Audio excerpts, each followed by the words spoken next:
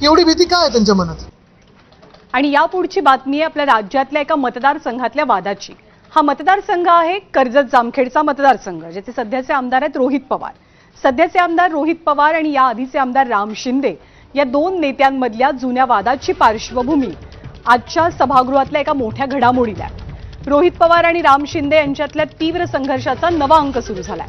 विधान परिषदेत रोहित पवारांचे कट्टर समर्थक सूर्यकांत मोरेंवरती हक्कभंगाचा प्रस्ताव मांडला गेला। शरद पवारांच्या राष्ट्रवादीचे पदाधिकारी सूर्यकांत मोरेंनी विधान परिषदेचे सभापती राम शिंदेंच्या विरोधात आक्षेपार्ह टिप्पणी केली। विशेष म्हणजे सुरुवातीला सूर्यकांत मोरे हे राम शिंदेंचे समर्थक होते। ज्या भाषणात मोरेंनी राम शिंदेंच्या विधान परिषद सभापती पदाची खिल्ली उडवली, त्या भाषणाच्या वेळेला आमदार रोहित पवार हे सुद्धा उपस्थित होते। हा व्हिडिओ व्हायरल झालाय। दरेकरांनी हक्कभंगाचा प्रस्ताव सादर केला आणि त्याला सत्ताधारी विरोधी पक्ष सगळ्यांनीच पाठिंबा दिला।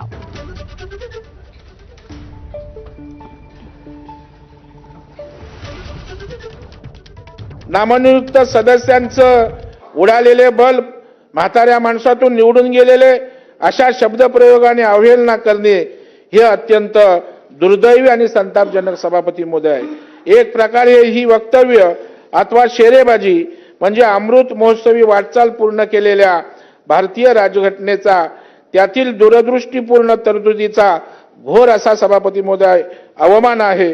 दैदिप्यमान वाटचाल असलेल्या अमृत महोत्सवी राजघटनेचा अशा प्रकारे अवमान करणाऱ्यांना सभापती महोदय या ठिकाणी शासन झालं पाहिजे।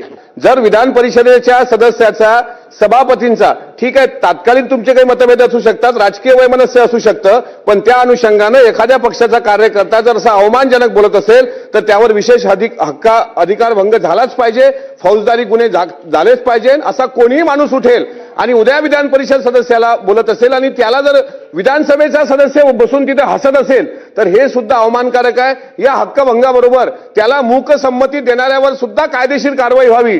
मी नेहमी सांगतो की आमदार ही एक जमात आहे, जसं पोलीस ही एक जमात आहे। एखाद्या कॉन्स्टेबलच्या एक कानाखाली मारली कोणी तर अख्खं पोलीस दल एकत्र होतं आणि त्याला सोडत नाही। तशाच प्रकारे आपल्या कुठल्याही आमदारावरती आणि आपल्या सर्वोच्च स्थानावरती जर अशा प्रकारचा हल्ला केला असेल तर पक्षविरहित सगळ्यांनी या गोष्टीचा तीव्र निषेध केला पाहिजे आणि आपली ताकद दाखवून दिली पाहिजे। मी ह्या हक्कभंगाला समर्थन करतो। आणि या हक्कभंगाच्या प्रस्तावासंदर्भात आमदार रोहित पवार यांनी काय प्रतिक्रिया दिली ती सुद्धा पाहूया। त्यामुळे सूर्यकांत नाना मोरे नाही तर आम्ही जी टीका करत होतो ती राम शिंदे सरांवर व्यक्ती म्हणून करत होतो, पदावर त्या ठिकाणी कुठेही करत नव्हतो। आणि माझा एक प्रश्न असा आहे की या महाराष्ट्रामध्ये अनेक महत्त्वाचे विषय आहेत, ते विधान परिषदेमध्ये चर्चेत यायला पाहिजे होते, पण ते चर्चेत न येता असं झालंय, इगो हर्ट झालाय या व्यक्तीचा, राम शिंदे सरांचा।